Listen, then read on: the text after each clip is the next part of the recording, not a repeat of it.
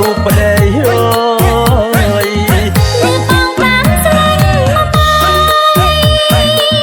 មកហើយតាំងពីបីខែតាចាត់បងល្អទេមកស្លាញ់មកយ៉ាងណាមេម៉ាយក៏ឡំយ៉ាងដែរនេះឲ្យចេះថែទឿមប្តីដឹងទុងធូររាំងយប់ថ្ងៃអូយពីម៉ាយលោកលេមិនអោយទឿអើយ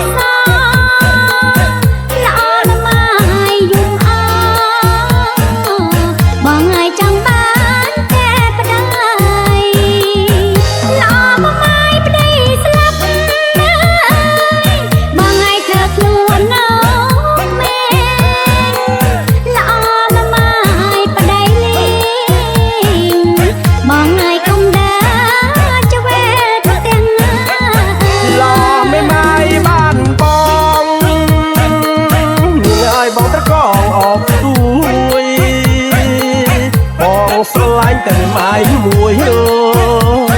យណយនាងព្រួយរឿងប្តីអើ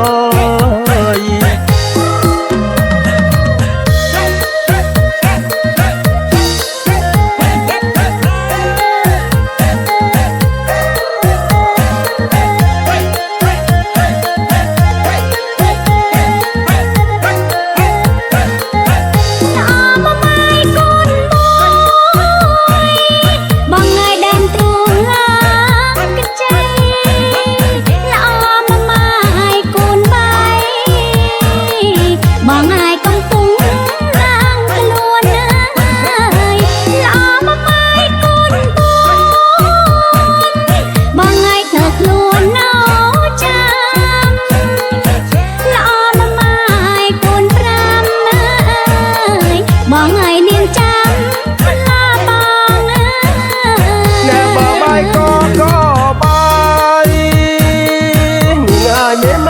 ជាស្រីអូនអកុំគិតយូរអីអើយបងមិនអោយស្រីយ៉ាប់ក្រហើយ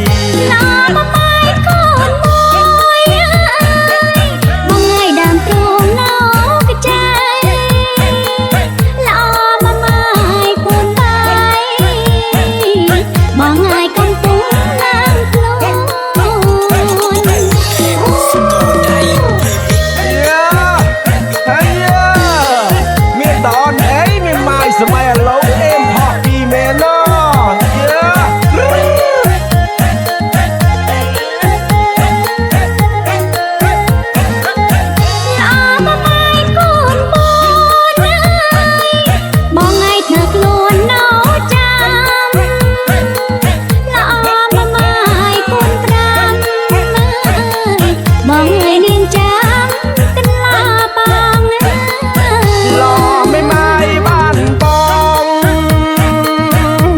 បងត្រកងអបស្ទួ